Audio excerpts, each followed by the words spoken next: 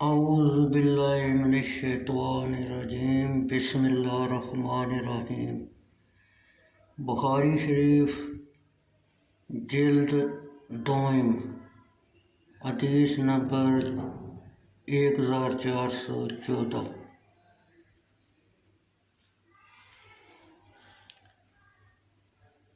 یحییٰ بن سعید نے کہا، مجھے عمرہ جنت عبد الرحمن بن سعید نے خبر دی۔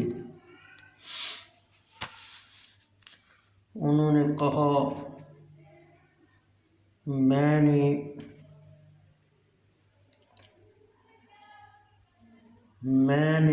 ام المومنین سیدہ عائشہ رضی اللہ تعالیٰ عنہا کو کہتے ہوئے سنا، جب زید بن حارثہ،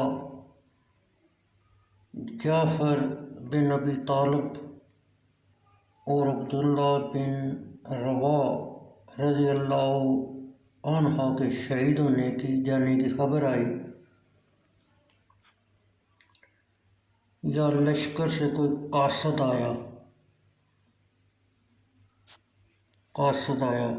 یا بذریعہ وحی آپ کو خبر ہوئی، تو رسول اللہ صلی اللہ علیہ وسلم مسجد میں بیٹھ گئے۔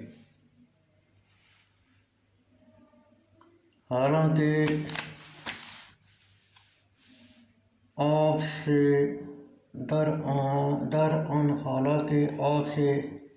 حزن و ملال یہاں تھا، اس رحمت کے باعث جو آپ کے قلب عطر میں تھا۔ ام المومنین حضرت عائشہ رضی اللہ تعالیٰ نے کہا، میں دروازے کے سراغ سے دیکھ رہی تھی، ایک شخص آپ کی خدمت اقدس میں حاضر ہوا اور عرض کیا، یا رسول اللہ صلی اللہ علیہ وسلم، حضرت جعفر بن ابی طالب کی مستورات رو رہی ہیں۔ راوی نے کہا، اور قالت عائشہ رضی اللہ تعالیٰ عنہا بھی مر گئی ہے،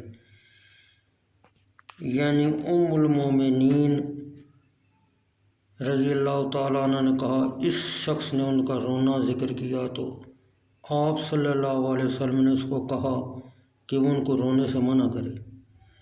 راوی نے کہا، وہ شخص گیا، پھر آیا اور عرض کیا، میں نے ان کو منع کیا ہے اور ذکر کیا ہے کہ انہوں نے اس کی بات تسلیم نہیں کی۔